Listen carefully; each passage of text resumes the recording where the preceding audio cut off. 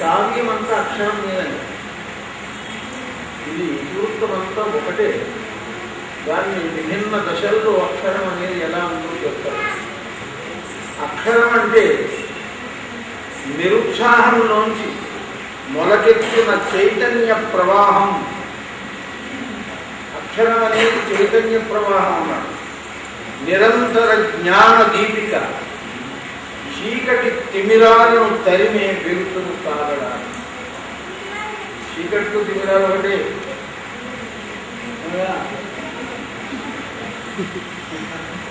చీకటి తిమిరాలు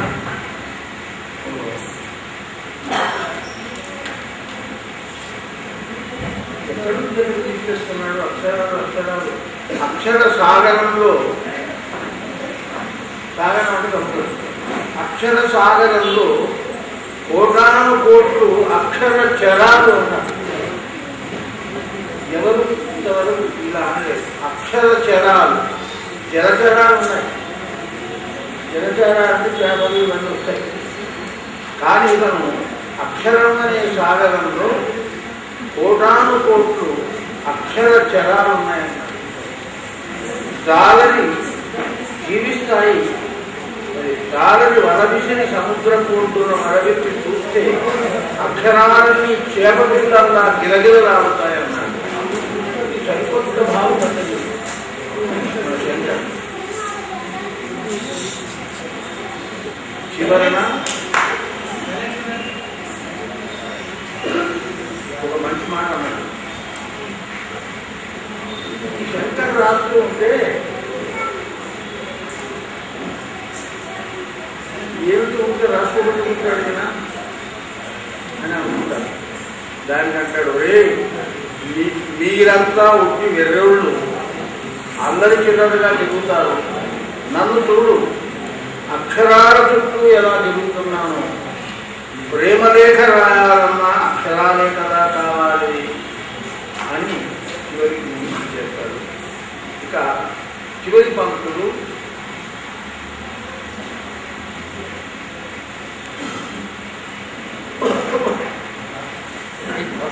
అక్షరమే నా ఇంటి గోత్రం, అక్షరం నా ఆత్మ గౌరవం, అక్షరం నా గుండెకాయ, అక్షరం నా జీవనాడి, అక్షరమే నా శ్వాస అని అడుగుతున్నాడు.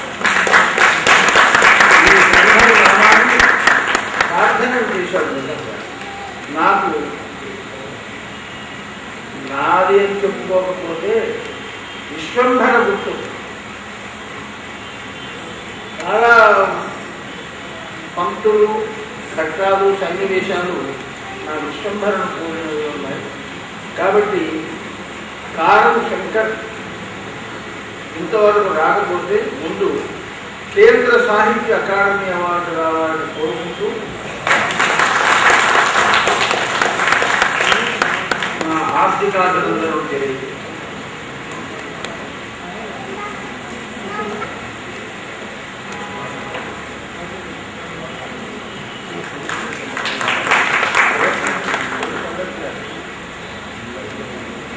శ్రీ విపి కమలాసరెడ్డి గారు ఐపీఎస్ ఎస్పీ, వారికి కరతాళంలో స్వాగతం పలుకుతున్నాం. అధ్యక్షురాలు పూల బొకేతో వారిని సత్కరిస్తారు.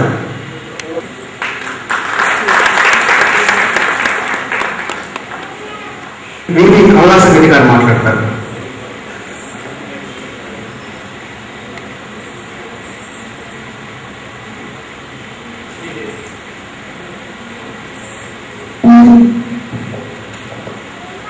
వేదికను అలంకరించిన గౌరవనీయులు డాక్టర్ శ్రీ నారాయణ రెడ్డి గారు, ఇతర ప్రముఖులు, ఈ పుస్తక రచయిత కారం శంకర్ గారు, సభ్యులందరికీ నా నమస్కారం. కారం శంకర్ మా పోలీస్ డిపార్ట్మెంట్లో పనిచేస్తూ ఎన్నో మంచి మంచి కవితలు, కవిత సంకలనాలు, పుస్తకాలు రాసి ఎన్నో పురస్కారాలు పొందడం, ఇవే కాకుండా పురస్కారాలే కాకుండా చాలా గుర్తింపు కూడా ఈయన కవితల ద్వారా పొందడం నాకు నిజంగా చాలా సంతోషంగా ఉన్నది. ఇందులో ఇంకొక ముఖ్య విషయం ఏంటంటే శంకర్ గారు నా దగ్గర దాదాపు ఒక సంవత్సరం జాబ్ క్లర్క్గా పనిచేసినారు, ఈసీగా పనిచేసినారు. ఆ టైంలో నేను అబ్జర్వ్ చేసింది ఏంటంటే పుస్తకాలు రాయడం కాదు, కవిత రాయడం కాదు, డ్యూటీ మీద కూడా అంతే నిబద్ధత ప్రదర్శించడం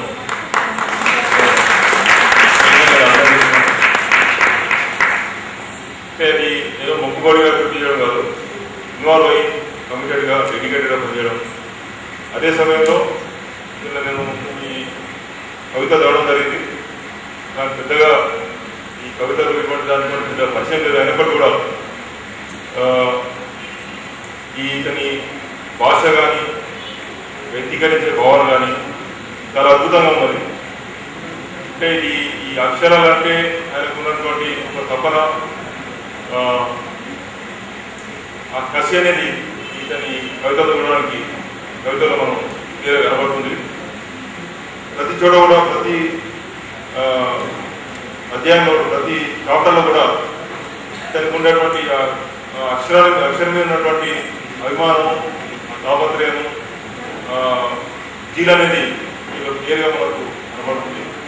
ఇటువంటి మంచి పుస్తకం రాసినందుకు డిపార్ట్మెంట్ తరఫున, ఆర్గనైజేషన్ తరఫున ఆయనకు మనస్ఫూర్తిగా అభినందిస్తున్నాను.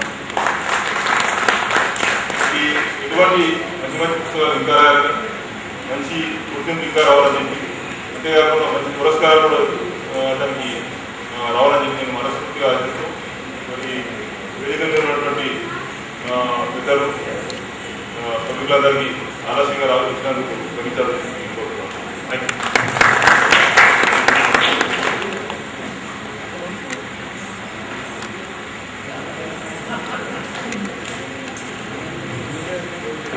మరొక ఆత్మీయ అతిథి డిఎస్పీ శ్రీ ఆర్ జగదీశ్వరి గారు మాట్లాడతారు.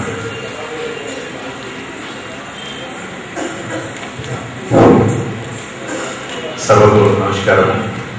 గౌరవనీయులు మాన్యశ్రీ జ్ఞానపీఠ అవార్డు గ్రహీత డాక్టర్ సి నారాయణ రెడ్డి గారికి హృదయపూర్వక ధన్యవాదాలు తెలుపుతున్నాను పోలీస్ డిపార్ట్మెంట్ తరఫున.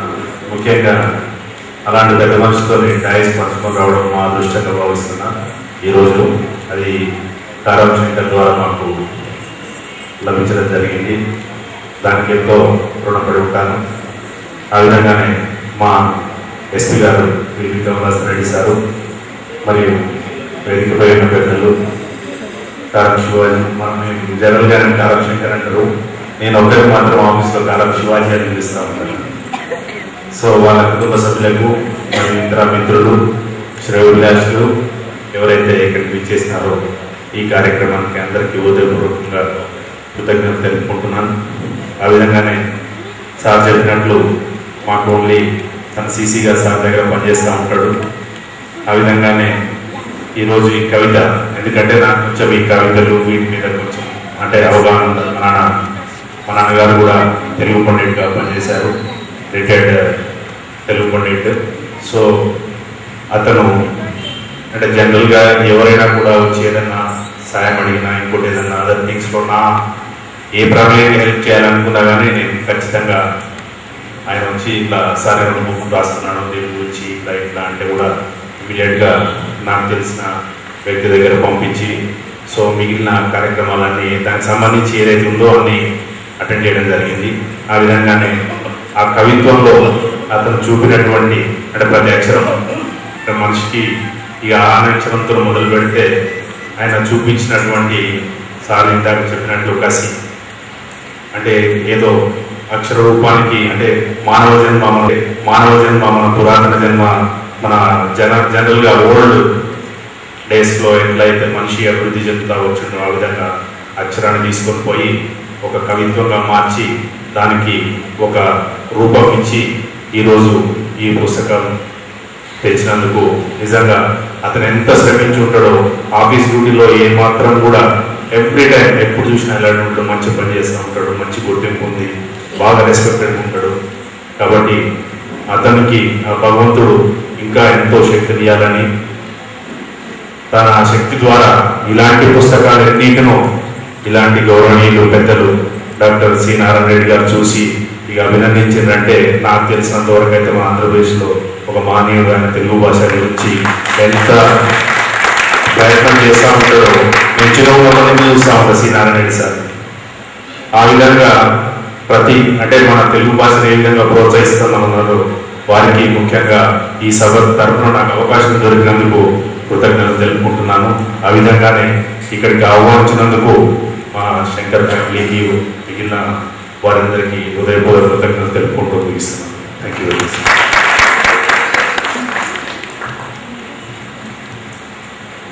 మనకు ఆత్మీయులు డిఎస్పీ రమేష్ గారు ఇచ్చేశారు. వాళ్ళని సాధారణంగా వేదికపైకి ఆహ్వానిస్తున్నాను. రమేష్ గారు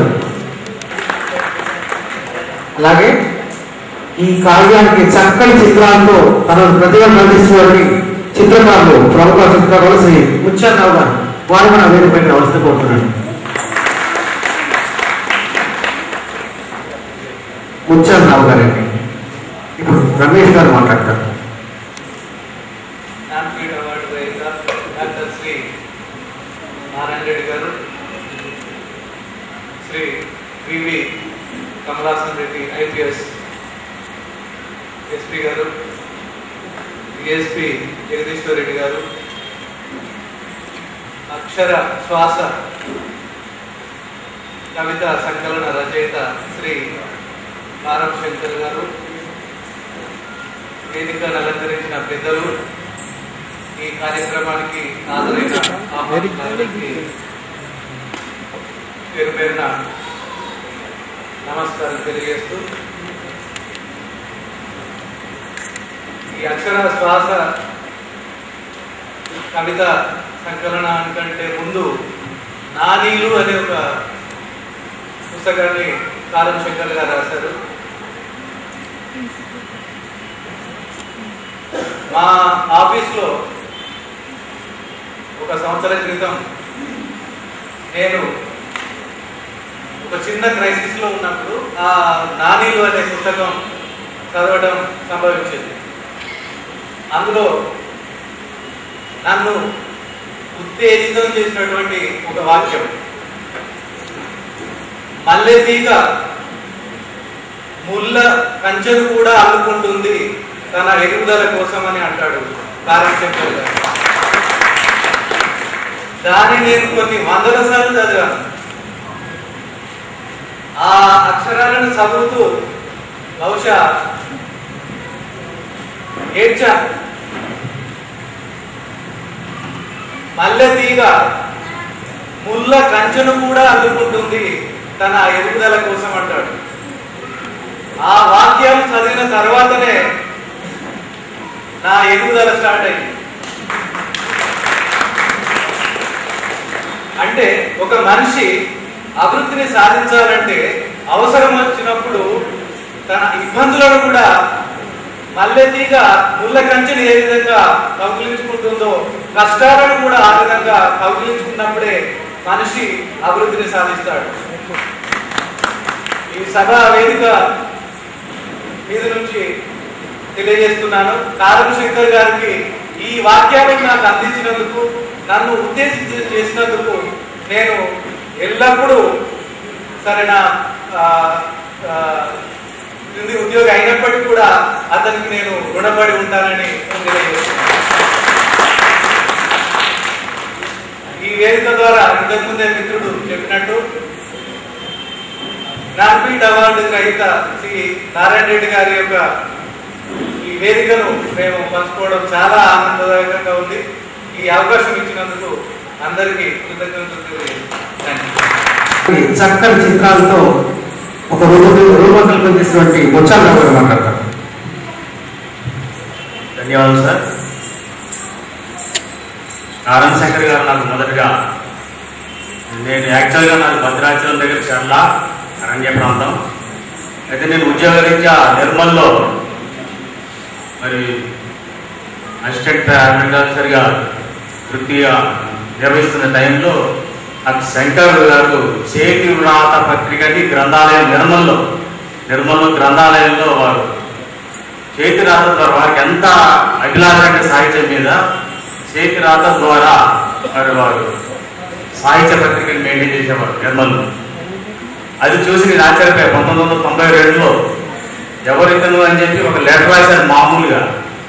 అయితే దీని అందరికీ కారణం వీళ్ళందరికీ పాస్ అయ్యారంటే దాకా రాములు గారు, అక్కడ డాక్టర్ దండరావు గారు. వారి ద్వారా అలాగా నాకు కారం శంకర్ పరిచయం అయ్యాడు. యాక్చువల్గా నాది భద్రాచల ప్రాంతం, చాలా దూరమైనటువంటి ప్రాంతం. నేను ఆయన చాలా దూరం నుంచి వచ్చాను ఇక్కడికి. అయితే నేను ఎప్పటి నుంచో అనుకుంటూ ఉంటాను అసలు శ్రీనారాయణ గారిని స్వయంగా చూస్తానా అని. కానీ నిజంగా ఇవాళ వారు పీల్చే శ్వాసలో భాగస్తుంది నేను కూడా అయినందుకు నేను చాలా గర్వపడుతున్నాను. ఒక మామూలు భద్రాచలం దగ్గర ఉన్నటువంటి చల్ల ప్రాంతం నాది. అటువంటి మామూలు ప్రాంతం నుంచి వచ్చాను. ఆయన పుస్తకాలు చూడటమే కానీ ఏనాడు కూడా కనీసం ఆయన పక్కన కూర్చునే భాగ్యం కారం శంకర్ నాకు కలిగించినందుకు ధన్యవాదాలు తెలియజేస్తున్నాను. కారం శంకర్ ఆయనను ఈ పుస్తకం వెనుక ఎంత ఆదాన పడ్డాడో అది నాకు తెలుసు. అతను ఈ పుస్తకాన్ని 3 సంవత్సరాల క్రితమే సిద్ధం చేసుకున్నాడు బొమ్మలతో సహా. అనుక్షణం నాకు ఫోన్ చేస్తూ ఈ పుస్తక ఆవిష్కరణ ఎలా జరుగుతుంది, నేను ఆ స్థాయికి వెళ్ళగలనా వెళ్ళలేనా అనేటువంటి ఒక తపనలో ఉండేది. నేను చేయలేనేమో అని చెప్పి అతను చాలా బాధపడేవాడు. కానీ ఇవాళ అతను నలుగురిలో మరి అలా గర్వంగా నిలబడగలిగేటువంటి స్టేజ్లో మరి డాక్టర్ శ్రీనారాయణ గారు, అదేవిధంగా మరి గౌరవనీయులైనటువంటి మరి ఎస్పీ గారు వారి యొక్క ఆధ్వర్యంలో, అదేవిధంగా డిఎస్పీ గారి యొక్క ఆధ్వర్యంలో అతను ఇవాళ మరి ఒక కవిగా గుర్తింపగలిగాడు. కాబట్టి అతనికి ధన్యవాదాలు తెలియజేస్తున్నాను. మరి నాకు ఈ అవకాశం ఇచ్చినటువంటి మరి పెద్దలందరికీ ధన్యవాదాలు చేస్తూ ముగిస్తున్నాను.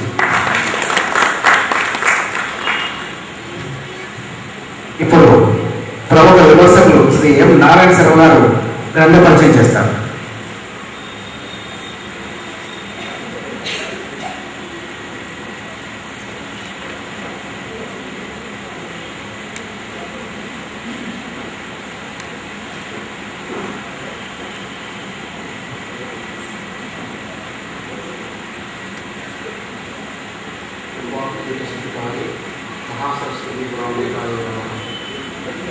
ఈ కార్యక్రమంలో పుస్తకావిష్కరణ చేసినటువంటి పూజ్యులు కుంభావ సరస్సు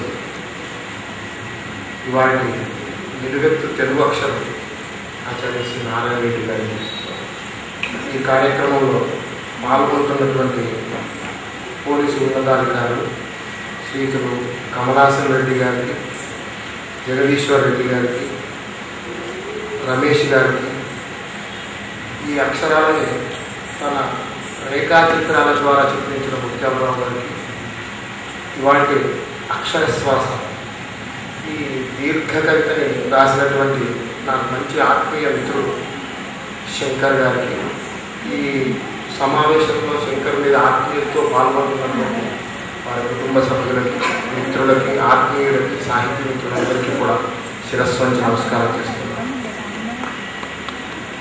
శంకర్ తోటి నేను సాధారణంగా ఎక్కడ మాట్లాడినా పుస్తకం గురించి మాట్లాడి వెళ్ళిపోతూ ఉంటాను. కానీ శంకర్ తోటి నాకు కొంత వ్యక్తిగత పరిచయాలు ఉన్నాయి. అది కూడా పూజ్యుడు నారాయణ రెడ్డి గారు 4 నాళ్ళ క్రితం సికింద్రాబాద్ రోడ్స్ క్లబ్లో విమర్శా శిబిరాన్ని నిర్వహించారు. అప్పుడు వాళ్ళ జిల్లా తరఫున తను, మా జిల్లా తరఫున కరీంనగర్ తరఫున నేను ఆ విమర్శా శిబిరంలో 10-12 రోజుల పాటు పాల్గొని చాలామంది పెద్దవాళ్ళ యొక్క ఉపన్యాసాలన్నింటినీ వినేటువంటి మహద్భాగ్యం మాకు కలిగింది. అందువల్ల ఈ కార్యక్రమంలో మేము పాల్గొనే సందర్భంలో శంకర్ తను పోలీస్ డిపార్ట్మెంట్లో పనిచేస్తున్నారు అని తెలిసిన తర్వాత నేను చాలా ఆశ్చర్యపడిపోయాను. కవిత్వం రాస్తారా? తర్వాత మళ్ళా ఈ ఆఖరి శ్వాసని 3 నాళ్ళ క్రితం నాకు ఫోన్ చేసి, శర్మ నువ్వే దాన్ని రివ్యూ చేయాలి ఆ రోజున అని చెప్పి నన్ను అడిగాను. నేను తప్పకుండా వస్తాను మిత్రమా అని చెప్పాను. ఆ విధంగా ఇవాళ నన్ను ఆత్మీయంగా ఇక్కడికి పిలిచినప్పుడు శంకర్ కూడా మొట్టమొదటిగా నమస్కరిస్తున్నాను. గురించి మాట్లాడారు. మనిషి భూమి మీద వేలు పెట్టి తీసుకున్నప్పటి నుంచి ఇప్పటిదాకా వచ్చినటువంటి ఆ లిపిని గురించి తాళపత్రాల మీద రాసుకోవడం, తర్వాత శాసనాలుగా చెప్పుకోవడం, ఇలాంటి అన్ని ప్రక్రియల నుంచి దాటుతూ వచ్చి ఇక్కడ దాకా వచ్చాడు. మళ్ళీ లిపిని గురించి పరిచయం చేశాడు. మూడవ దాంట్లో పండుగలన్నీ అక్షరాలే అంటూ ఇది అన్వయ భాగానికి సంబంధించినటువంటి అంశాన్ని చెప్పాడు. ఇంతకుముందంతా దర్శనం విజ్ఞానానికి సంబంధించిన అంశాలు అవి. పండుగల్ని కూడా దీపావళి పండుగని, సంక్రాంతి పండుగని, ఇది కూడా అక్షరాలేనా అన్న, మీరంతా రండి ఆడుకుందాం, వెళ్ళి ఈ పండుగని చేసుకుందాం అని అంటూ పిలుస్తూ అలా చేశాడు. నాలుగో దాంట్లో వాతావరణం, ఆ వాతావరణంలో ఉండే సౌందర్యం, ఇవన్నీ అక్షరాలుగా చెప్పారు. ఐదవ భాగంలో స్వభావం, ఉద్వేగం, ఇలాంటి వాటి గురించి. అలాగా ఆరవ దాంట్లో వ్యవసాయాన్ని గురించి చెప్పాడు. నిజానికి వ్యవసాయానికి అక్షరంతో ఏమన్నా సంబంధం ఉందా అంటే, రైతు విత్తనాలు చల్లటం, మనం అక్షరాలు చదవటం, కవిత్వం మొలకెత్తడం, అక్కడ పంటలు పండటం, ఇలాంటివన్నీ తీసుకొచ్చాడు. ఇలాగా ఆరవ భాగంలో. తర్వాత అదేవిధంగా 7వ భాగంలో దుఃఖం, అక్షరం అనేటువంటి దుఃఖం. ఎందుకంటే సాహిత్యానికి మూలమైనటువంటిది వాల్మీకి మహర్షి క్రౌంచ పక్షుల యొక్క దుఃఖాన్ని చూసిన తర్వాతే ఆ మొట్టమొదటి కావ్యాన్ని కవిత్వాన్ని రాశాడని చెప్పుకుంటాం మనం అంతా. అందుకని ఆ దుఃఖం అనేటువంటి భాగాన్ని నుంచి 7వ భాగంలో చూశాడు. 8లో యుద్ధం, సంఘర్షణ అనేటువంటి వాటిని అన్వయించి చూశాడు. 9వ భాగంలో ఉపయోగం అనేటువంటి దాని గురించి, అక్షరాల వల్ల ఎటువంటి ఉపయోగాలు ఉంటాయి, ఎలా ఉపయోగించుకోవచ్చు, సినిమాల వాళ్ళు ఎలా ఉపయోగిస్తున్నారు అని అన్నారు. చాలా భయంకరమైన విమర్శలు కూడా చేశాడు ఈ భాగంలో, నాకు అర్థమైనంత వరకు. అలాగా 11వ భాగంలో ఎడ్యుకేషన్ గురించి, విద్యల గురించి చెప్పాడు. ఇప్పుడు ఉన్నటువంటి విద్యలో అక్షరాలలో పిల్లలంతా మోస్తున్నటువంటి పశువుల్లా కనిపిస్తూ ఉన్నారు వీళ్ళందరికీ. వాడు కచ్చరాన్ని మోస్తున్నటువంటి లేఖగూడలా ఉన్నాడు అని అంటారు ఒక చోట. ఇలాంటి మంచి భావచిత్రాలు గీస్తూ చాలా ఆర్ద్రమైనటువంటి స్వరంతో కొన్ని చోట్ల చాలా వేగంగా కవిత్వాన్ని రాస్తూ వెళ్ళాడు.